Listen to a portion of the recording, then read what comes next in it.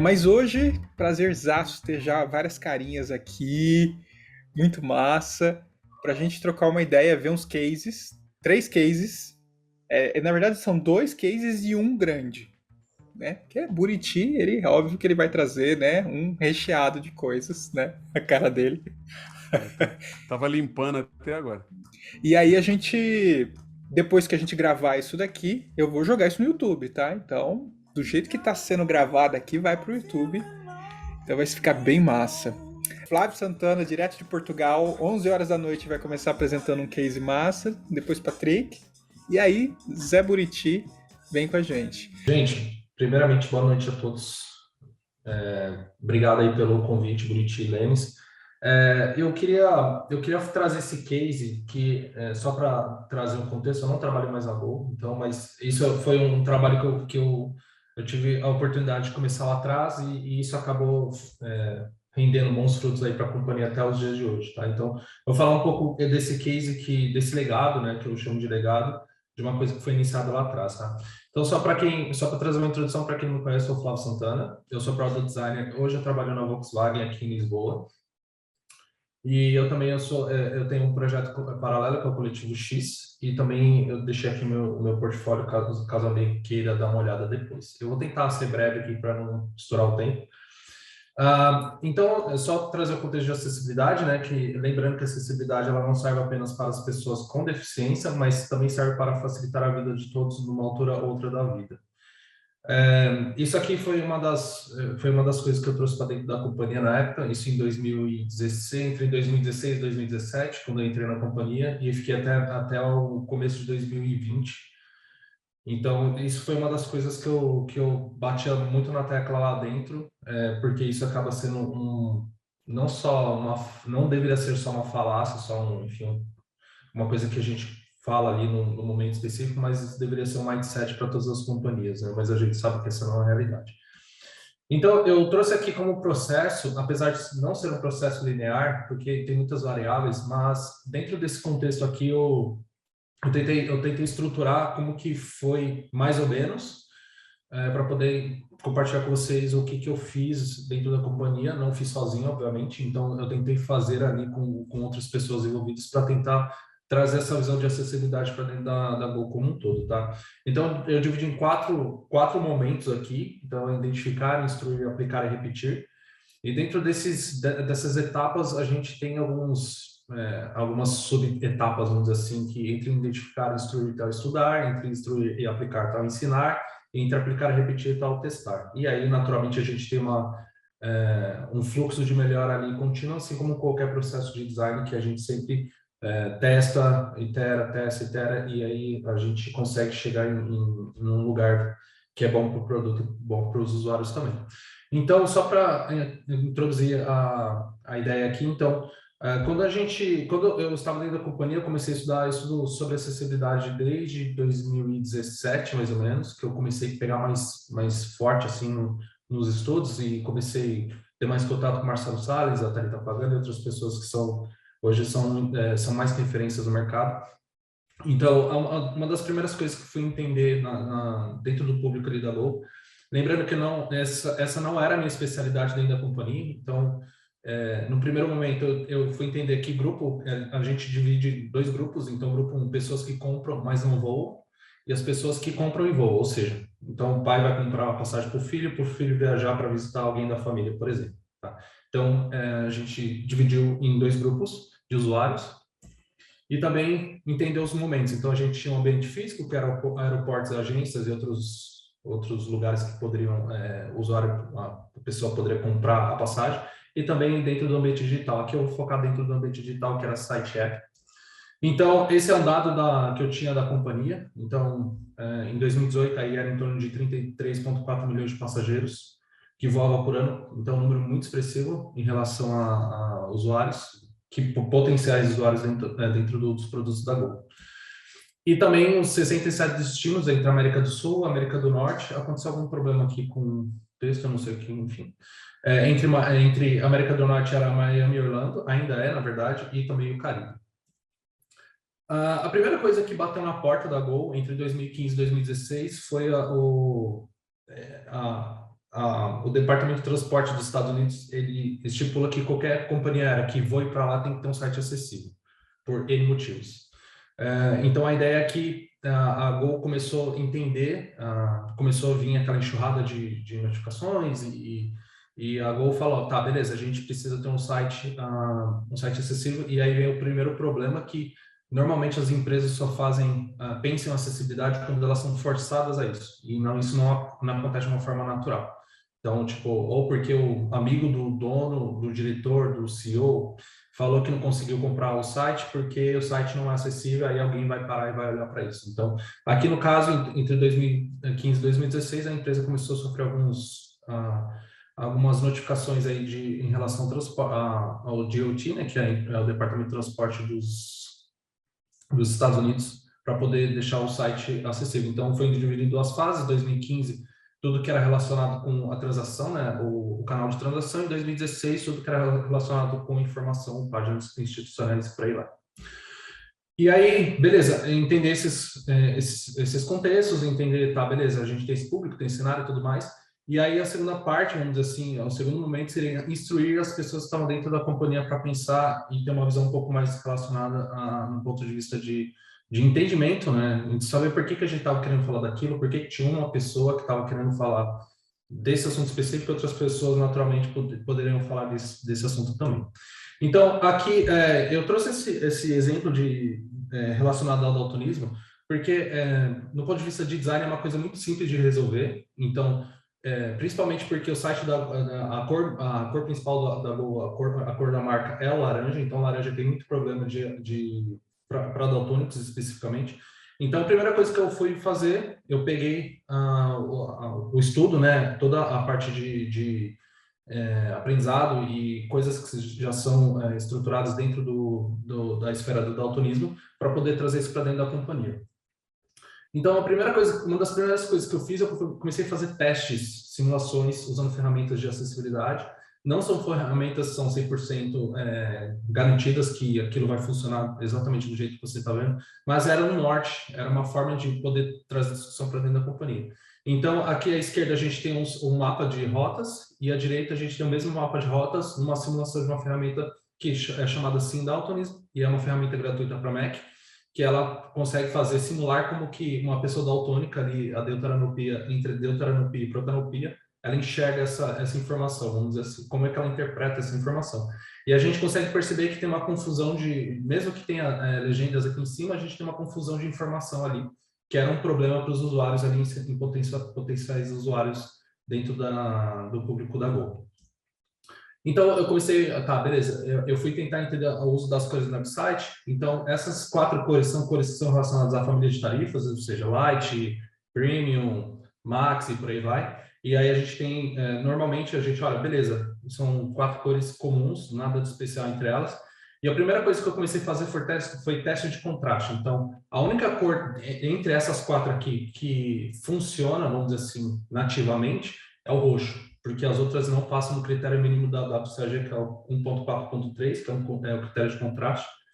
E a partir daqui eu comecei a identificar esses problemas e trabalhar em cima desses problemas e identificar outras formas também de contraste mínimo que a gente poderia ter dentro do site como um todo. E lembrando, como eu comentei, o laranja é um problema no ponto de vista de quando a gente coloca o laranja e verde, e aí pensando em convenções, laranja ou vermelho e laranja, vermelho para notificação de erro, verde para notificação de sucesso, e aí você no meio do caminho ali você tem o laranja, então vira tudo uma groselha, vira uma coisa bem bizarra, assim, quando a gente tem essas cores para um daltônico, né? E aí eu comecei a fazer, beleza, eu comecei a olhar as cores, então tinha título, tinha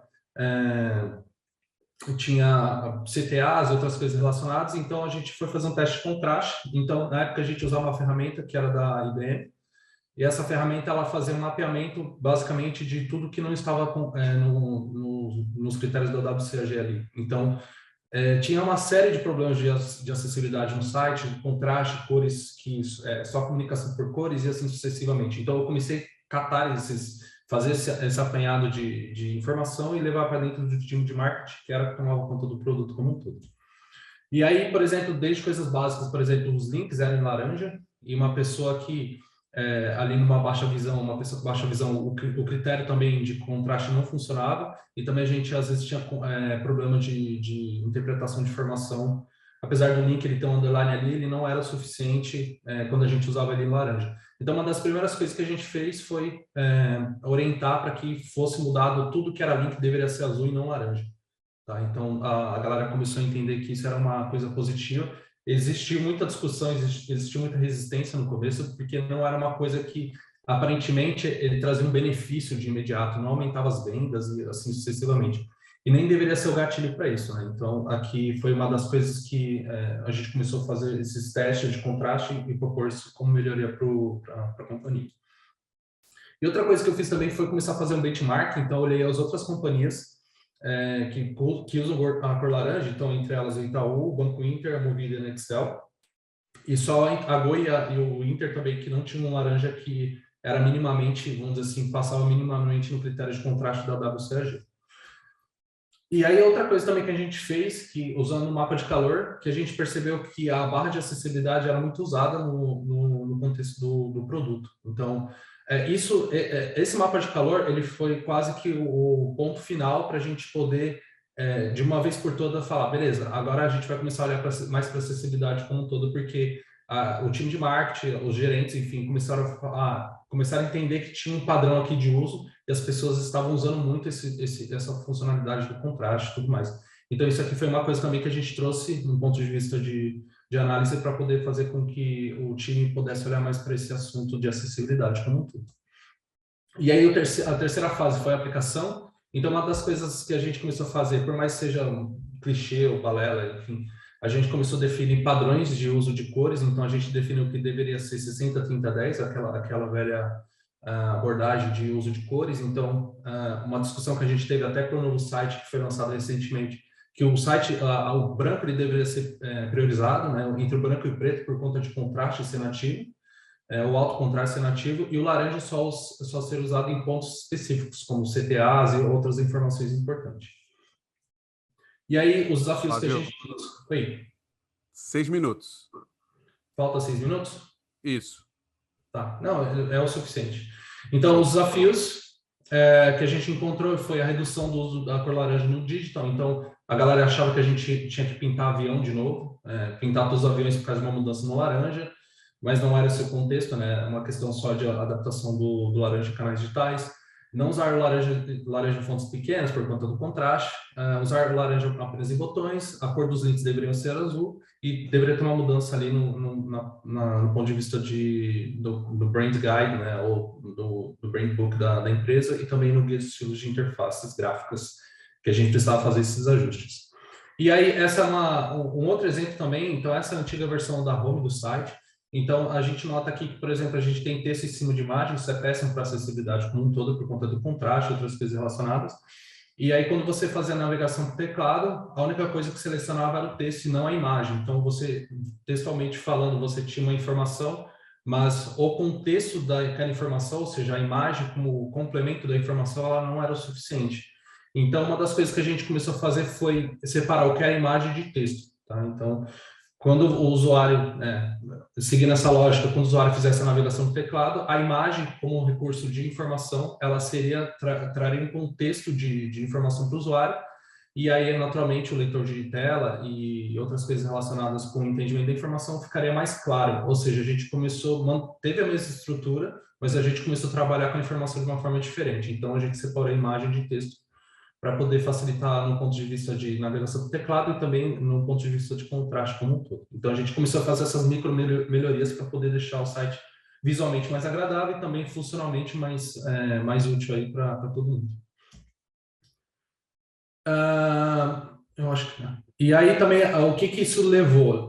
Levou a Gol a pensar em outras formas de pensar todo o mindset de acessibilidade, né? Então, começou a escrever posts ali do Facebook, usando a hashtag para cego ver. Então, a descrição de imagem, né? Fazer com que as imagens fossem mais intuitivas no ponto de vista e claras ali no ponto de vista de informação. E também começou a colocar legendas em vídeos de propaganda ali que fazia de ações de marketing e tudo mais. dentro dos canais do Instagram e YouTube. Então, aqui a gente começou a perceber que a empresa, de uma certa forma, o time de marketing, de uma certa forma, estava mais engajado com o assunto. Isso, obviamente, não foi do dia para a noite. Isso aí a gente está falando de 2 anos, aí, 2 anos e meio, mais ou menos, de trabalho, de workshops e desde fazer testes básicos, entregar o app para o gerente, por exemplo, e pedir para que ele fechasse os olhos e tentasse comprar usando o leitor de tela. Ele não conseguiu comprar. Isso fez com que ele parasse para pensar um pouco mais no assunto como um todo, e naturalmente isso desencadeou outras iniciativas aí de acessibilidade dentro da companhia como um todo. Lembrando, isso aqui não foi feito, eu não sou o responsável, eu estou trazendo só um recorte do processo como foi feito, como a gente começou a trazer essas discussões, para que a empresa entendesse a importância disso e outras pessoas também entendessem a importância disso, que é o que, em sua grande maioria, é o que a gente espera, né? Enquanto pessoas que trabalham com design, a gente espera que outras pessoas também entendam o valor daquilo que a gente está fazendo, aqui no ponto de vista de acessibilidade, que é mais difícil ainda a gente convencer e exemplificar coisas. Isso aqui, de uma certa forma, teve um resultado positivo ali para a companhia como um todo.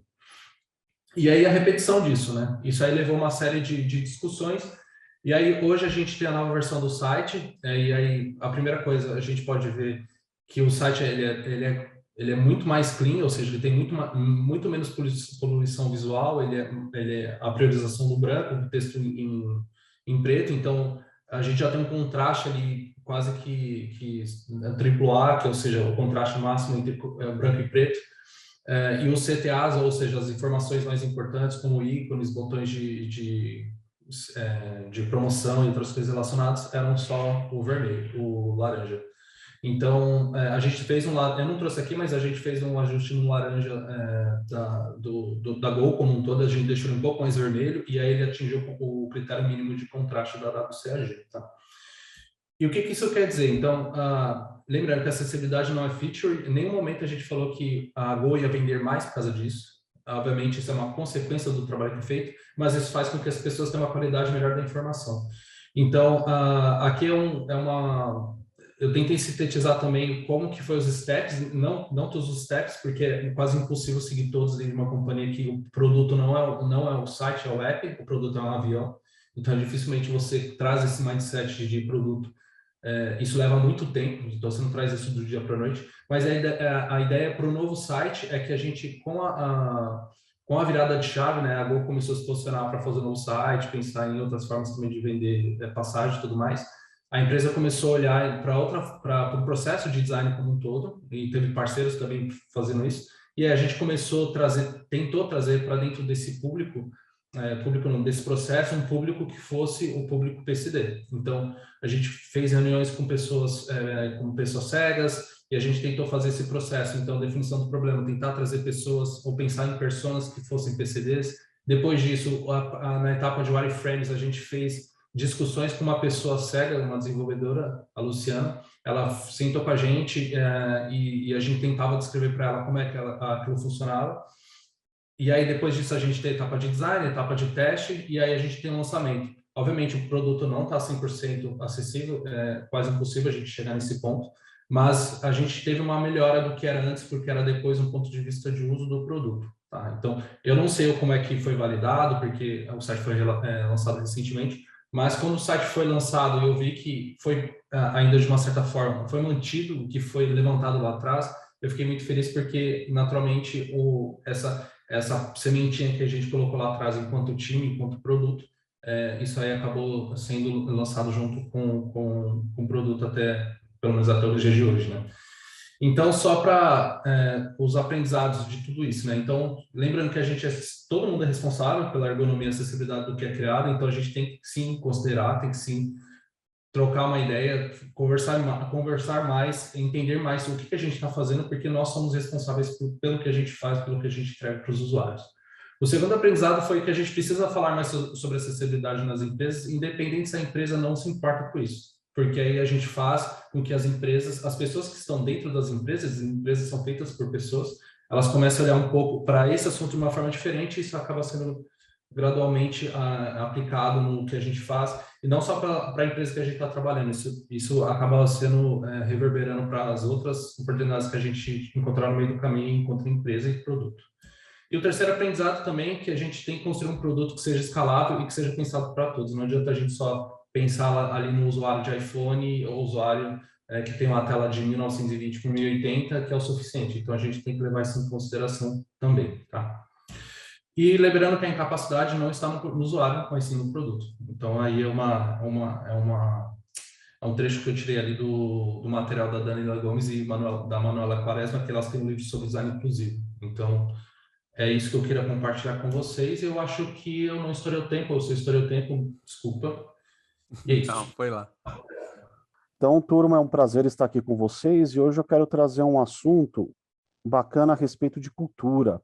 Porque quando você quer estabelecer um processo de design dentro da sua organização, muitas vezes você chega como sendo o primeiro designer da parada, ou é contratado para criar uma área, você entende que processos e culturas eles andam de mãos dadas, né? E cultura de produto e UX, então, nem se fala. Diferentemente do caso ali do case do Flávio, né? Eu trabalho num produto digital, então cultura de produto ela é vital para a sobrevivência desse produto no mercado. E 70% muitas vezes dessas instituições de cultura, dessas implementações de processo, elas acabam não acontecendo por conta de resistência. Então, como que nós, designers, podemos vencer essas resistências, né? Antes de mais nada, vou me apresentar rapidamente. Trabalho no N-Market, vou falar um pouquinho do N-Market, um pouquinho também da empresa passada, que é a NDD. Sou professor na Uniplac, né? Estou como professor na Uniplac e tenho um canal chamado Evangelisto X. Quem quiser também fica à vontade para ver as dicas, algumas coisas que a gente posta lá, está bem no comecinho ainda, mas estamos tentando compartilhar um conteúdo bacana para vocês aí.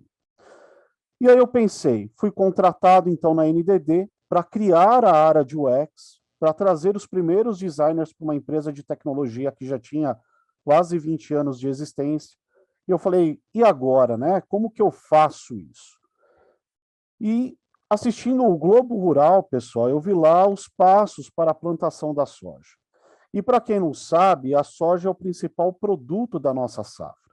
Tanto é que o ano passado, durante a pandemia, nós, né, como Brasil, nós crescemos e nos tornamos o maior produtor mundial de soja. São números expressivos. E eu pensei comigo, o que será, né? Por que será que isso faz tanto sucesso? E aí, pegando um gancho também com o nosso Marcos Lemones e o sócio, né? Ele fala, veja o processo, entenda as pessoas, e aí você vai para o produto. Eu falei, então, como aplicar esses 6 passos para a plantação da soja, para ter uma soja de sucesso na área do design? Qual é o primeiro passo? É conhecer bem o terreno e o tipo de solo. Então, um dos pontos mais importantes que existem é nós conhecermos bem o terreno onde nós vamos plantar as sementes. Trazendo isso para o mundo do design, eu quero dizer, né, que a gente tem que conhecer bem as pessoas com quem nós vamos trabalhar. Bem o ambiente, quais são os paradigmas que existem, o que as pessoas pensam a respeito dos assuntos, e para isso nós precisamos conversar com elas.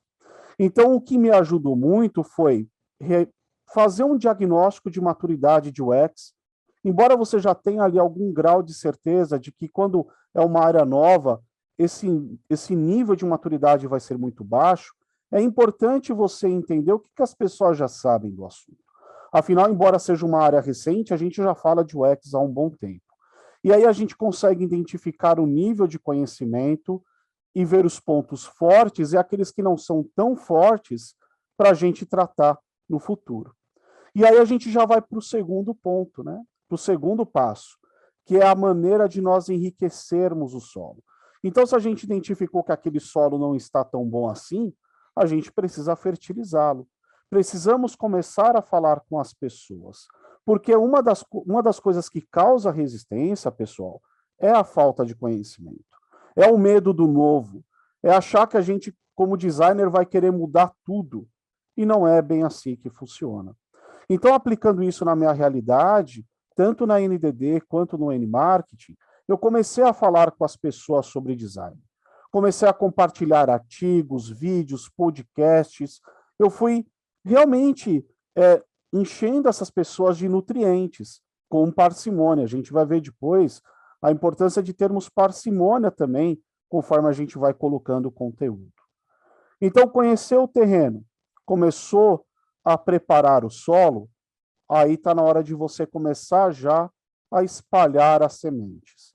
Então, você já começa a fazer um trabalho como esse que o Flávio fez, de entender a acessibilidade do site, começa a entender um mapeamento de jornada, se está legal dentro de um sistema, começa a estudar coisas como escala SUS, levantar métricas, e você vai jogando sementes. E uma das formas de você jogar essas sementes da melhor forma é compartilhar o que você sabe, adaptando o conhecimento ali, o ambiente, né? Então, você vai fazer uma incursão, por exemplo, junto de um determinado time. Participe lá de um workshop com eles, fale. Aqui, por exemplo, o time comercial da NDD quis saber mais a respeito da área. Como que a gente ia impactar o trabalho deles? Fui lá e falei para eles, adaptei a linguagem para o ambiente. Já no N-Market, nós levantamos uma escala SUS, que inclusive vai entrar como OKR para 2022. Um dos OKRs vai ser melhorar a nossa nota no SUS, juntando ali com o NPS da empresa. Então, fui lá e fiz uma call com a galera, né? Tem lá o papo reto, lá o Lighting Talk, falando a respeito de usabilidade. Aí o pessoal já aproveita para brincar, né? E o X faz telinha, e a gente tem que saber lidar também com essas brincadeiras e com essas provocações sadias. Certo? O quarto passo de uma safra de sucesso, para você fazer uma implantação de processos com sucesso, é justamente você fazer a manutenção desse implantio. Se você observar um agricultor, gente, eles usam tudo que tem à disposição para entender como está a saúde da plantação. Então, você precisa fazer isso. Você precisa estar envolvido de forma ativa na empresa e fora dela. O conjunto que está em torno da empresa, principalmente numa cidade pequena, onde eu estou, né, embora eu seja de São Paulo, eu estou em Lages, Santa Catarina, o entorno influencia muito a cultura das pessoas. Então, a gente precisa começar a acompanhar, fazendo campanha da cultura e dos processos, mostrando como isso vai trazer benefícios para os negócios, né? Então, por exemplo, envolva-se lá no Product Tank, participe de um design team, vá lá no XDA, né? O XPA e assim por diante. A gente tem que estar envolvido nessas comunidades. E a gente tem que fortalecer e convidar as pessoas para elas. Isso é muito importante. Então, aqui tem um parque tecnológico. De vez em quando eu vou lá no parque tecnológico da cidade, convido a galera para falar um pouquinho a respeito de design thinking, o que é UX e assim por diante. Esses temas, eles têm tomado certas proporções. Outra dica que foi muito útil para mim foi encontrar dentro da organização pessoas-chaves nas quais eu pudesse me amparar e que iam me ajudar, então, na aplicação dos conceitos e dos processos.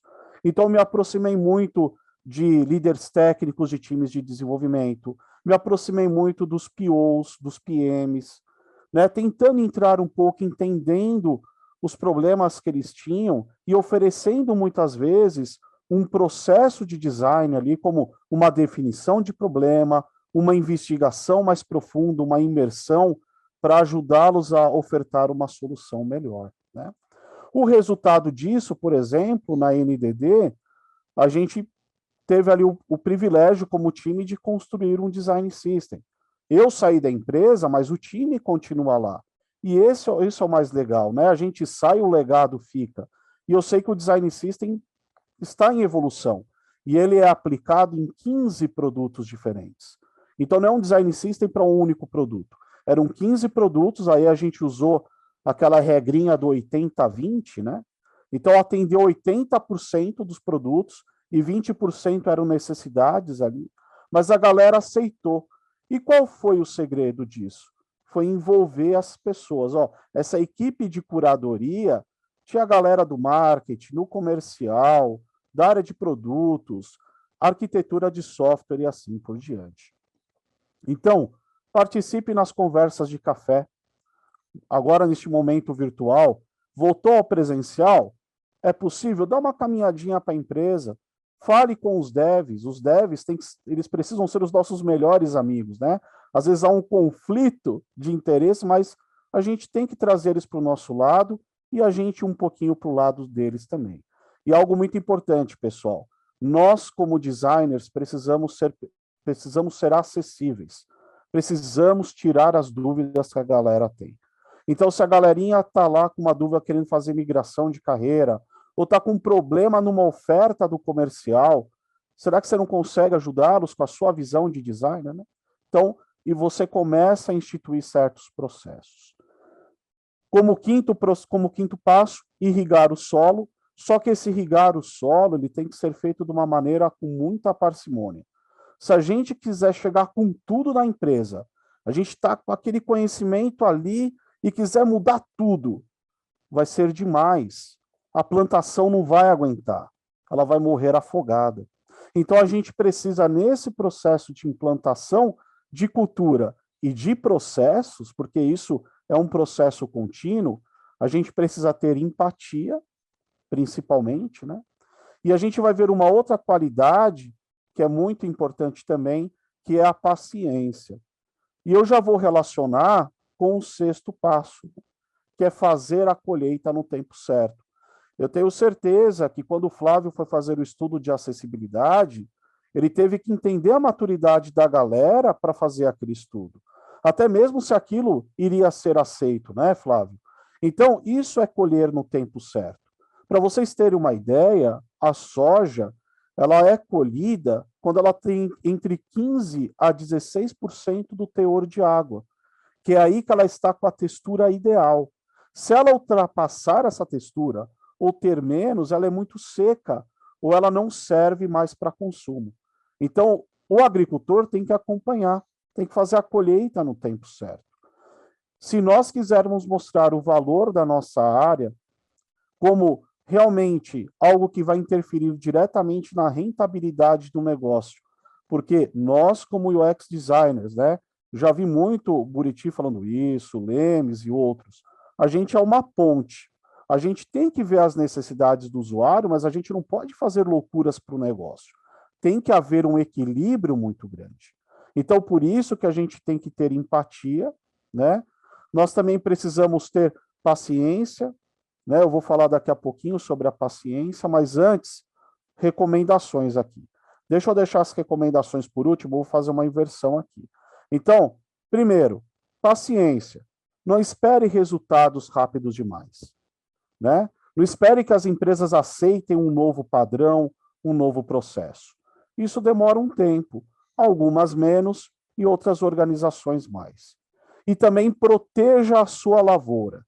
Fique de olho ali contra ervas daninhas, lixo acumulado, corvos e outras coisas. A gente tem que ficar de olho, proteger o nosso processo, proteger o time, amparar a cultura e vencer. E não desanimar. Nem sempre, não é todo dia que nós vamos ter vitórias, mas é importante nós comemorarmos as pequenas vitórias que nós temos durante todo esse processo. E com isso nós temos que ter o quê? A paciência, né? E essa proteção e a empatia. Quais são algumas recomendações que eu faço para vocês, pessoal? Primeiro, trabalhem de forma colaborativa. Integre pessoas de diferentes áreas. Envolva líderes e apresente os resultados. Fazendo assim, vocês vão ver que todo esse processo vai culminar nisso aqui, ó. A galerinha vai trabalhar todo mundo junto.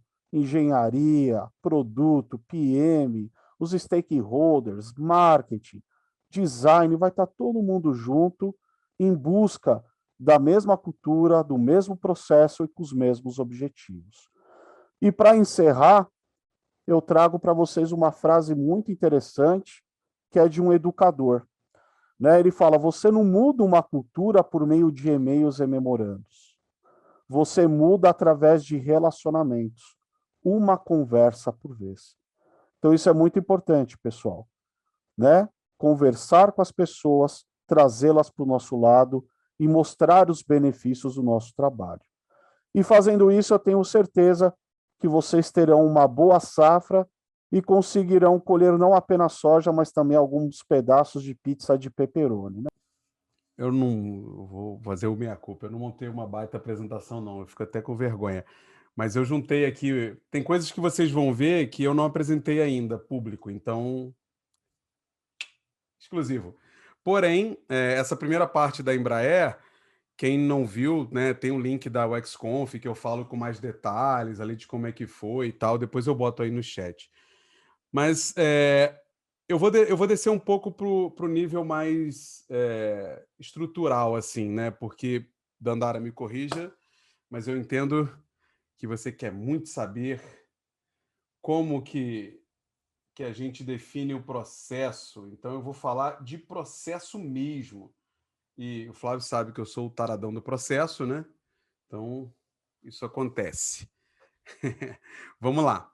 Eu vou trazer 3 situações, tá, gente? Como eu construí na ATEC, do Grupo Embraer, como eu construí na Bem-Visa Vale do Santander e agora na Boa Vista com o Lemes lá, como é que a gente está construindo.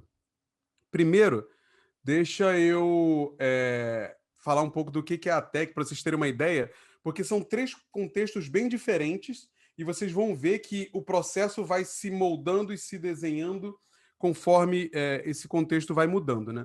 A TEC é uma empresa do Grupo Embraer que construiu o sistema de tráfego aéreo que controla os aviões que vocês pegam no Brasil, né, América do Sul e parte do Atlântico para a África. Ali o controle é feito por esse sistema. E ali são sistemas de controle de tráfego aéreo, fluxo, defesa, governo, controle de míssil, várias coisas ali nesse nível. E muitas vezes a parte visual não era o mais importante.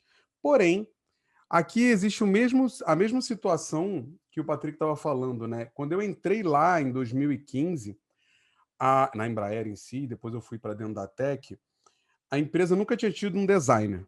Nunca. 45 anos de história, nunca tinha tido designer. Eu tinha contratado designers freelas para fazer pedaços de produto e tal. E quando você entrava lá, a tela, o logo, tudo era feito por desenvolvedores. Então vocês têm uma ideia de como é que era. E o que eu encontrei quando eu cheguei lá, né? Encontrei o mesmo cenário que a maioria de vocês devem encontrar hoje em dia, apesar de ter já tem 7 anos isso.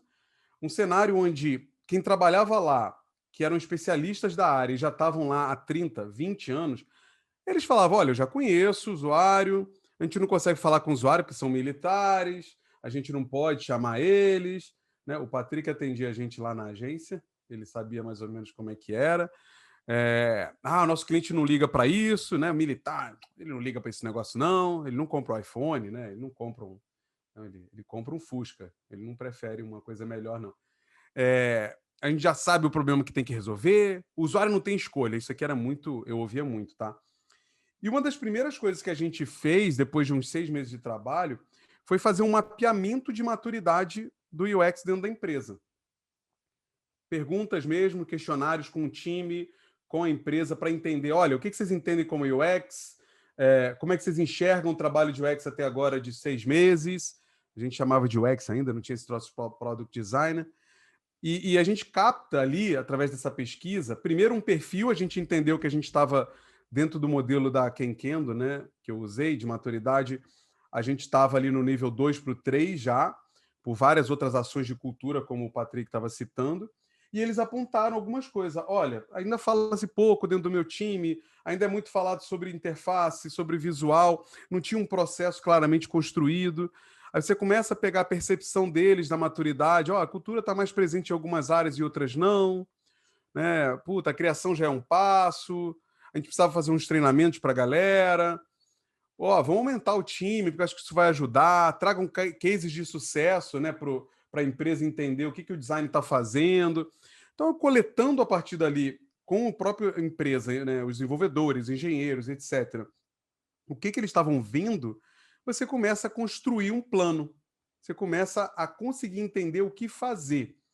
Porque o que o Patrick falou é muito importante, né? Na palestra na UXConf eu cito o Galeano, E o Galeano fala de que você não pode mudar uma realidade sem antes conhecê-la, né? Porque é muito fácil você querer entrar na empresa e sair mudando tudo. Eu acho até muito perigoso quando a gente fala de mudar a cultura, tá, gente? Porque cultura não se muda assim, tá? Você não muda ela sozinho. A cultura é uma coisa muito mais sistêmica e muito mais orgânica do que chegar lá e fazer meia dúzia de palestras sobre o UX, criar um processo. Não é assim que funciona, tá bom? Não trago esse peso para vocês. Fica essa dica. E como eu falei, né, entrando lá em 2016, eu era sozinho, eu entrei como lead e a gente contratava uns terceiros para fazer uma coisa ou outra, mas eu que cuidava de tudo sozinho. A gente foi subindo, crescendo o time, né, para essa proporção até a gente chegar a 18 designers, quando eu saí. Só que, fazendo esse mapeamento, entendendo o que eles estavam enxergando, como é que depois de fazer palestra, sim, de criar parcerias, de conhecer toda a empresa e tal, depois disso tudo, coletando aquela percepção de maturidade, qual é o plano? Como é que eu ia fazer para escalar, para chegar nesse número aqui que está apresentado? Né? Eu fiz esse plano nesse 1 para 145 aqui. O que a gente começou a fazer? Benchmark. Fui para a rua. Fui conversar com amigos do mercado, fui visitar empresas, fui pesquisar em outras grandes empresas, como é que eles estruturavam o time, como é que eles definiam um processo, como é que foi o histórico deles para conseguir chegar numa proporção de designers e um processo que funcionasse. Então, eu trago aqui um pouco alguns exemplos de coisas que vocês podem achar quando vocês procuram, né? Processo de design, vocês vão encontrar vários desenhos possíveis. Então, isso é muito importante, entender o que tem de opção, o que já tem no mercado, o que já é feito. Um pouco do que vocês estão fazendo aqui, ouvindo da gente. Como é que foi feito, o que aconteceu. Baseado nisso, eu fiz uma primeira proposta, uma V1zinha ali. Né? Um time centralizado, que ia atender pontualmente tanto squads quanto projetos. Né? Na Embraer eu tinha uma característica muito específica, que era trabalhar com parte em projetos, quando a gente atendia o governo, e parte em produto, quando era no B2B. E mesmo assim, o B2B, gente, não era atender a Vale, a Petrobras, sabe, sistema de manutenção da fábrica, é um troço meio complexo, assim, não é tão simples. Então, fiz essa primeira proposta, era como eu achava que ia funcionar. Tem um UI ali no meio, sabe? Contratei 2 fronts, porque a empresa não tinha front, botei ele dentro do time. Foi um dos maiores erros, assim, porque era o ponto fraco do time, onde eles batiam na gente, né? Depois eu descobri que a gente não precisava de uma pessoa dedicada a UI em determinado momento, porque os sistemas eles eram muito limitados tecnologicamente. Alguns sistemas que a gente fazia era tela preta, cara. Tipo DOS, assim. Então, basicamente, era arquitetura de informação. Você não tinha muito UI ali envolvido. Então, essa foi uma primeira proposta, eu vi assim, puta, beleza, talvez funcione, talvez não. E aí, eu também desenhei um primeiro processo.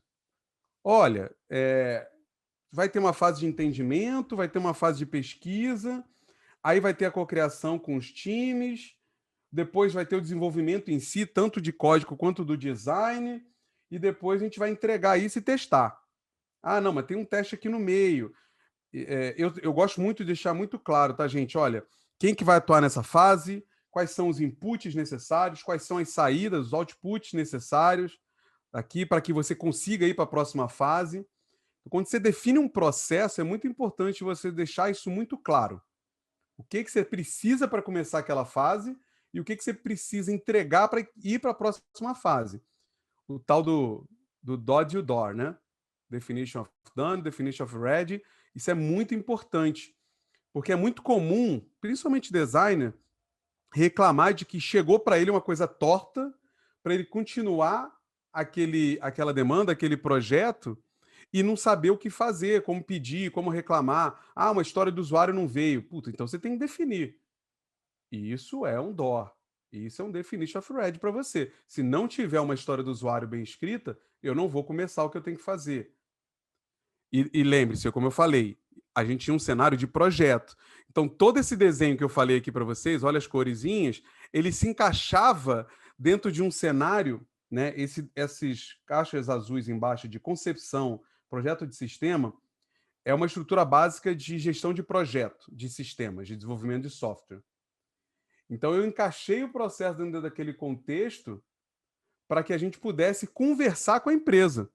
Você também não adianta desenhar um processo que não esteja atrelado no processo da empresa também. Você tem que começar a entender a empresa, encaixa ali e depois vai fazendo adaptações. E com esse primeiro teste, com algumas falhas em alguns projetos por causa disso, a gente começou a perceber assim, ó, beleza, o que, que o time precisa ter, como ele precisa atuar? Ele tem que ser um time multifuncional, ele tem que focar no problema, tem que entregar pequenas entregas, pequenos lotes de entregas, tem que fazer uma descoberta contínua, né? Ele tem que sair das quatro paredes para atuar, compartilhar o entendimento do que foi feito, né? Um alinhamento, uma expectativa muito clara, dizer não aos heróis, né? Isso era muito importante. Quais as premissas que a gente tinha? A gente precisava fazer descobertas periódicas, não só no início de um projeto, porque era muito com essa cara de faz tudo no começo e depois vai desenvolvendo. A gente precisava ajudar o time a priorizar backlog, era papel também do designer ajudar isso, criar insumos para isso. Todos precisavam ter esses subsídios para começar uma sprint, uma atuação. O protótipo não era uma documentação, mas uma ferramenta de comunicação. E todos essas dores, essas necessidades, essas premissas que a gente definiu, levaram a, junto com o time, e aqui eu já estou falando de um time com 10 pessoas e tal, você definir junto com o time um propósito para o time. A Julie Zhu, do livro Making of a Manager, eu recomendo quem puder ler, ele em português só tem em Portugal e para trazer para cá custa R$600, então ele só tem em inglês. Aqui no Brasil, é o que tem. Mas é um livro muito legal e ela fala sobre as 3 camadas da gestão de design, né? Que começa com uma visão, ou seja, um propósito, com pessoas e processos. Então, assim, para você cuidar bem das pessoas, para você desenhar processos que empoderam essas pessoas, você precisa de uma visão. Então, a gente desenhou junto com o time um propósito. Ali na TEC, a gente tinha o propósito de usar o design, a cultura de design, para mudar paradigmas e entregar mais valor para clientes e negócio. Esse era o nosso norte. O time de design, toda vez que ia desenhar algo, fazer algum processo, ele estava com essa coisa na cabeça. E aí, aquele primeiro desenho de time centralizado já mudou. Eu já comecei a evoluir ele. Opa, então agora a gente vai ter um time centralizado de entendimento, de pesquisa, que atuava tanto em projeto quanto suportando os designers nos produtos. Repare que tem um lado aqui de ATM e defesa, que é de projetos, e um lado de B2B, que eu tenho designers mais sêniores cuidando do discovery, e aqui eu estou falando de um triple track mesmo, né? Não um dual track. Estudem também um pouco disso, o triple e o dual track, é bem legal. E você tem outros designers entregando no dia a dia as prototipações, alguém um pouco mais júnior. E através disso, eu também comecei a criar uma percepção de leveling, né? Uma percepção de trilha de carreira. Quem estava aqui no Delivery era um pouco mais júnior, ele podia se especializar aqui, ou ele podia subir para um nível mais de pesquisa lá em cima. Foi uma grande tentativa que eu tive ali. E eu comuniquei para o time de produto e de projeto que o time de design atuava nessa forma. Aí a gente está falando aqui de um processo Lean, Agile, né? Com upstream e downstream. Olha, o time de design está em todo o ciclo do processo. E aqui é uma boa dica também, né? Se juntem com a galera de agilidade, com a Agile Master, Agile Coach. Eles têm uma visão processual muito boa e vocês podem ajudá-los e eles te ajudarem a colar o processo. Porque esse papo de processo de design é muito complexo, porque, na real, é um processo de produto, né, gente? É um processo de design, né? O design não atua sozinho. Então, você precisa encaixar o que você faz junto junto do que a galera faz lá. Então, aí tem o triple track aqui, né? Um pouco de como é que ele funciona, pesquisem, faz muito sentido. E isso gerou um desenho de processo novo. Lembra daquele processo lá do comecinho, todo coloridinho? Agora a gente criou um processo que era todo camadas, todo modular, e que ele podia se adaptar. Se o projeto não precisava de discovery, ele começava a partir de uma definição e desenvolvimento. E a gente deixava claro para as pessoas o que era feito, como é que era feito e o que era entregue em cada etapa. A gente definiu pilares estratégicos para o time, a gente aprende, ensina, a gente constrói, a gente explora. E o que a gente faz com isso? A gente faz eventos culturais internos, como um ex-café, que a gente chamava, a gente compartilhava conhecimento, a gente fazia treinamentos com bootcamp, mas também tinha outras ações mais de entrega, mais estruturais. E a cultura você vai mudando aos pouquinhos. Isso é um exemplo de uma ferramenta que a gente usava, que a gente chamava de placar de contato com o usuário, que quando a gente começou, a gente estava há 69 dias sem falar com o usuário, e o grande desafio, olhando para o propósito de usar as ferramentas de design para entregar valor para o cliente, e você olhando para o placar e vendo que a gente estava há 70 dias, 100 dias sem falar com o usuário, os designers se esforçavam para zerar isso. Era um evento, né, quando a gente zerava, e a galera em volta, na época, né, presencial, começou a se envolver nisso para fazer também. Começou a trazer, Briti, falei com o usuário para falar com vocês aqui, para a gente zerar o placar. E você começa a envolver as pessoas nessa cultura de focar no usuário de fato. É um pequeno pedacinho ali disso. E aí na BEM, talvez eu não vá até o final, tá, gente? Mas na BEM, é um outro cenário, era um time um pouco menor, com uma proporção muito diferente. Eu cheguei lá, já tinham 5 designers, não tinha um processo claro, os designers tinham um papel muito entregador de tela, o diretor de produto, que era o meu par, falou, olha, eu preciso de designers que discutam com o PM, que batam de frente, que proponham. Então a ideia era trazer uma visão muito mais de pesquisa e validação. Fiz uma análise, quais eram os pontos de melhoria? O time era operacional, pouco contato com o usuário, baixo investimento em pesquisa, o produto não era acessível, ausência de métricas. E o que você precisava fazer então? Olha, o time precisa ser multifuncional, ele precisa focar no problema. Mais uma vez, né? Eu trago aquelas mesmas necessidades. Monta uma estrutura de time com um gerente, alguém cuidando do design system, um UI pleno. A gente tinha já um UI kit que ia ser transformado em design system, e um time de pesquisa que suportava os product designers que trabalhavam no dia a dia, um time bem pequeno. Como é que eu mostrei para eles como é que o processo, e aqui vem a coisa que eu falei do processo de produto. Eu construí isso aqui junto com os PMs, os designers e os tech leads. Eu trouxe alguns exemplos. Beleza, esse aqui é um processo básico de agilidade. Você tem um product backlog, você tem uma sprint planning, um sprint backlog e você desenvolve. Legal? Aqui eu tenho uma definição do produto e desenvolvimento do produto. Show? Conseguem entender isso? Show, bom. Perfeito. Vamos olhar um processo de Lean Startup, do livro mesmo, do Eric Ries, ou Ries, nunca sei. Encaixei ele na mesma estrutura. A gente tem um trabalho de Design Thinking, de Lean UX, a agilidade entra um pouquinho depois. Eu mostrei isso para toda a empresa, para eles entenderem como é que o processo se encaixava na forma como eles trabalhavam. De novo, né? O mesmo modelo, agora da Gartner e tal. Você começa a trazer alguns exemplos. O benchmark que eu fiz lá na Tech, lembra? Trago para cá também alguns exemplos de mercado para eles entenderem como é que é aplicado. E eu não estou falando aqui, gente, ficar trazendo o Spotify. O Spotify. Não, pesquisa mais coisa, olha mais. Aí eu trouxe um exemplo de um processo com duplo diamante para eles. Acho que isso aqui é o que funciona para a gente. O Product Manager vai atuar aqui com o UX Researcher, isso vai descer e vai ter o handoff para o Product Owner, para o Product Designer que atua no dia a dia, alguém que cuida do Design System para poder olhar ali, e o time de desenvolvimento na frente. Legal, mas isso aqui é pasteurizado, é o que vem do mercado. Como é que eu adapto isso? E aí a gente começa a desenhar juntos, né? Começa a surgir uma coisa mais...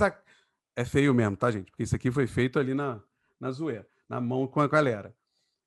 Você começa a falar assim, PM, eu pensei nisso, o que você acha? Ela vai lá, altera, bota uma observação aqui, o tech lead bota aqui, e a coisa começa a se construir e criar uma cara própria.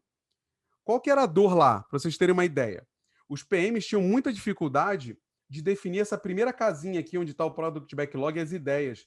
Como é que isso passava para a fase de descoberta e de entrega? Porque era muito assim, eu preciso saber o que fazer. Não, mas como assim? Como é que a gente vai pesquisar, né? Não, ou às vezes vinha, não, a gente tem que fazer isso. Mas por quê? Então a gente criou esse processo onde tinha um hub aqui, que era a reunião entre o diretor de produto, os PMs e eu. A gente discutia as métricas, chamava os POs e os designers para apresentar as iniciativas que eles tinham, defender elas, e aí a gente fala assim, beleza, a gente sabe o que fazer? Não, eu não conheço muito bem o usuário, eu não sei exatamente o que tem de problema. E esse filtro aqui, né, esse hub ia ajudando a definir que etapa do processo a gente ia trabalhar. Tá feio pra caramba, aí a gente transformou isso numa coisinha um pouco mais modular para a galera entender como é que você fazia as escolhas durante o dia. A gente fez 2 sessões para isso, para depois os próprios designers e PMs e POs começarem a tomar as decisões sozinhas do que estava fazendo e seguir dentro das etapas de processo. Eu estou passando rápido por causa do tempo, tá, gente? Mas depois vocês olhem o vídeo com calminha e aí vocês podem fazer perguntas. Já respondo vocês todos aí, gente. Mais uma vez, DOR, DODS, né? O que é input, o que é output de cada etapa, o que é esperado sair daqui, porque senão, design, vai lá e prototipa. Mas peraí, o protótipo é navegável? O protótipo ele vai sair já na alta fidelidade, na média fidelidade? Para eu prototipar, eu preciso ter a história já construída? E a arquitetura do software? Já tem que ter feito a reunião de funcional? De técnico, né? Tipo, dá para fazer, não dá para fazer? Ou isso precisa, o desenvolvedor precisa do protótipo para fazer essa reunião? Isso tudo é definido aqui, junto com os PMs, junto com o Tech Lead. Isso é muito importante. E, mais uma vez, uma visão de quem está aqui, para onde vai, quem faz, quem participa. Porque, assim, gente, o processo é colaborativo, é óbvio, é co-criativo, mas a pessoa não tem que estar em todas as etapas o tempo inteiro. Até por causa de uma pergunta aqui que o Cleiton falou mesmo, do burnout, o estresse, e não é só isso, né? Você tem outros afazeres durante o seu dia, então você vai delegando, e isso ficava aqui muito claro. Então esse era um pouco do cenário ali do Santander. Vocês já conseguem sentir um pouco da diferença. Como é que é na Boa Vista? Agora, a gente também definiu um propósito. Compreender os problemas reais dos usuários e, de forma estratégica, usar o design para alcançar objetivos do negócio. Olha uma diferencinha aqui, né? Sabe por quê? Uma das grandes dores na Boa Vista é fazer as coisas sem achismo. Então, nossa primeira linha do propósito é compreender o problema real. O que a gente faz lá? Né? A gente atua de forma transversal, a gente faz uma comunicação institucional também. O time, quando a gente entrou, tinha essa estrutura, ele era bem menor. Com o tempo ele foi crescendo e a gente definiu uma nova forma de atuação do design, em squads, gerando insights para o mercado, construindo o processo de discovery e mantendo esse processo, criando o guia de interface, o brand, a gente está criando o design system ainda, definindo claramente, olha, o design vai atuar em marketing no design system, com os padrões e toda a parte de consistência. A gente vai facilitar reuniões, workshops, a gente vai definir processo, medir o processo, entender se está entregando ou não está entregando bem, se está sendo eficiente, eficaz, e vai gerar insights. Olha lá, né, o propósito, descobrir os problemas reais. Logo surge essa coluna aqui do Human Insights, que é descobrir problemas reais, gerar esses insights, entregar esse conhecimento. O time cresceu pra caramba, começou a ganhar essa estrutura, e um processo foi definido. Olha como ele é bem mais simples. É bem simples. Você vai fazer, mas em todos tem entendimento, hein? Entendimento, coleta de dados, análise e síntese, ideação, prototipação e validação. Isso é para que os designers de um time muito grande como a gente tem hoje, mais de 20, eles consigam ver de forma muito simplificada o que cada etapa é e o que eles precisam fazer. Óbvio que se você for mais a fundo, a gente tem detalhamento dentro da nossa documentação do Confluence sobre o que tem que ser feito em cada etapa. Qual entregável tem de cada etapa? Qual input tem de cada etapa? Isso é muito importante, gente. É muito importante. Entendam que quando a gente fala de processo, e o processo está aqui para empoderar o designer a discutir, a enfrentar uma decisão errada, a trazer uma evidência. você precisa deixar isso tudo muito documentado. Documentação é essencial. Bom, o Martin Trader fala, né, que escalar o design por meio de contratação, sem colocar padrões, é um mito. A cada nova contratações, novas ideias, novas interfaces, novos processos, vai gerar inconsistência, custo de manutenção. Então a gente precisa sim escalar o design. O Design System é um desses modelos, mas o processo está acima de tudo. Não acima da gente, né? O processo ele serve a gente não serve o processo. Lembrem-se disso. O processo, inclusive, ele precisa ser revisado constantemente. E a gente faz isso. Mensalmente a gente faz reuniões para discutir isso. Trimestralmente a gente faz uma retro para verificar se o processo ajudou ou atrapalhou. E como eu falei lá no começo, você quer desenhar um processo? Entenda como a empresa funciona, entenda o objetivo da empresa, entenda o valor que a empresa enxerga no que você está fazendo. Porque se você constrói algo de design, um processo, um design system, seja o que for, e estiver desalinhado da proposta de valor da empresa, o fracasso é certo. O fracasso é certo, eu garanto para vocês.